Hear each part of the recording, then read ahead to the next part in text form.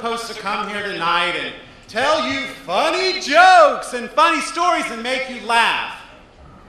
But it's not very often that I get to talk to a crowd this large. So I'd be remiss if I didn't use this platform as an opportunity to talk to you about a very serious issue that affects all of us. Ladies and gentlemen, I want to talk to you tonight about candy jars in the workplace. Why do we so passively accept these little glass diet traps? Ladies and gentlemen, these glass jars are clear. You go for a very important business meeting in Brooke's office, and you are face to face with these little seasonal nuggets of deliciousness. You've got jelly beans, baby Ruths, candy corns. Where are the carrot sticks and the South Beach diet bars? I'll tell you, they're in her desk drawer. She doesn't share the healthy stuff. But ladies and gentlemen, if Brooke is offering me miniature Reese cups, then I'm going to eat them because I'm a Southern gentleman. But you don't even have to be in Brooke's office to be tempted by her candy jar, because these glass jars have glass lids. And there's a distinct sound that is made every time someone is retrieving candy from the belly of that jar. So you can be in your own office minding your own business, and there's a constant jangly noise to remind you, hey, there are miniature Reese cups in Brooke's office. But ladies and gentlemen, let's be honest. Candy jars aren't the only temptations we have in the workplace. What is it about the break room table that we lose all rules of decorum? We will eat anything off of a break room table.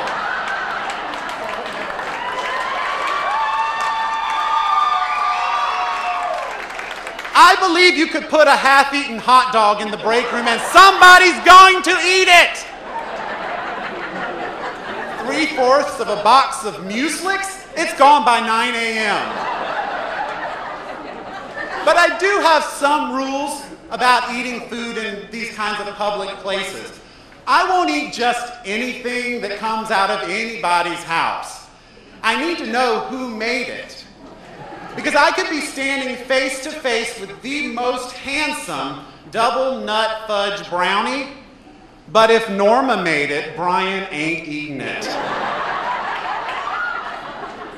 I have standards.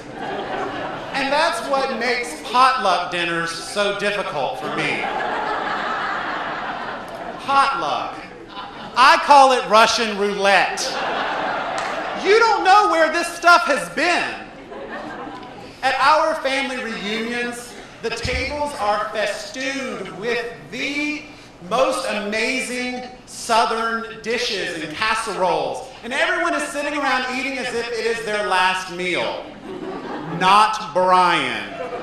I'm sticking with my mom's mac and cheese, my grandma's chicken, and the rolls I picked up from Publix, where shopping is a pleasure. Before our last family reunion, my mom called and asked if I could come to Charleston a little early to help her with some things around the house. I'm not much of a handyman, but it was kind of exciting, the thought of like moving something or chopping something down, I don't know. But she had a very long list that had been accumulating for some time. My mother is very patient. And at the very top of this list was that she had a wasp's nest that she wanted me to help her get rid of. Now this wasp's nest had been accumulating and growing on the wall in front of her house where she parks her car. It was like that big.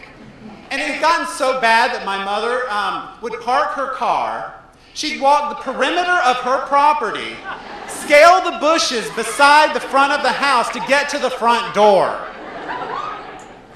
So my mom and I went to Home Depot and we purchased this Dracket Raid Wasp Spray. This stuff is amazing. It can shoot a steady stream of poison up to 30 feet. Absolutely mind-blowing. So my mom and I, we had a plan. It was foolproof and solid. Here's what we would do. We would scale the bushes beside her house, walk the perimeter of her property.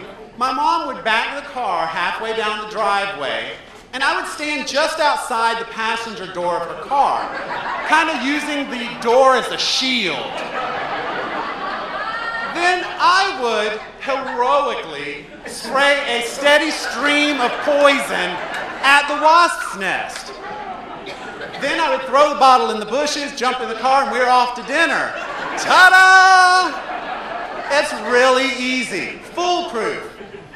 Well, here's what happened. We scaled the bushes, we walked the perimeter, Mom backed the car down the driveway, and I'm standing there outside the passenger side of the door. The door's open like a shield. The very second that my finger touches the button on top of the wasp spray, my mom jams on the gas and goes flying out into the road, running me over with the car door. She ran me over with the car door. Wow. Well, my hospital stay was really short. Thank you, ladies and gentlemen. You've been a great crowd.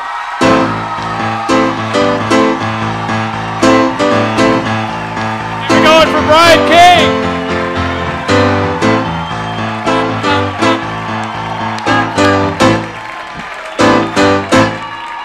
All right, nice job, Brian. I promised you were going to meet our judges, and while you cannot see them, they are up in the balcony behind a bulletproof shield of their own.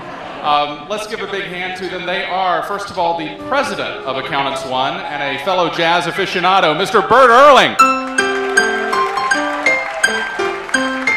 You just met her a couple of moments here up on stage. She's doing some terrific work. Would you please give a hand for the president of Junior Achievement of Georgia, Miss Donna Buchanan. Donna. He is a financial reporter for the Atlanta Business Chronicle. A very nice man. Would you please give a big hand to Mr. Joe Rauch. Joe. And finally, the man who stood up on this stage and walked away with the crown and went to Vegas and became a star. Would you give a big hand to last year's winner of the Funniest Accountant Contest, Mr. Mike O'Neill. Nice sweater, Mike.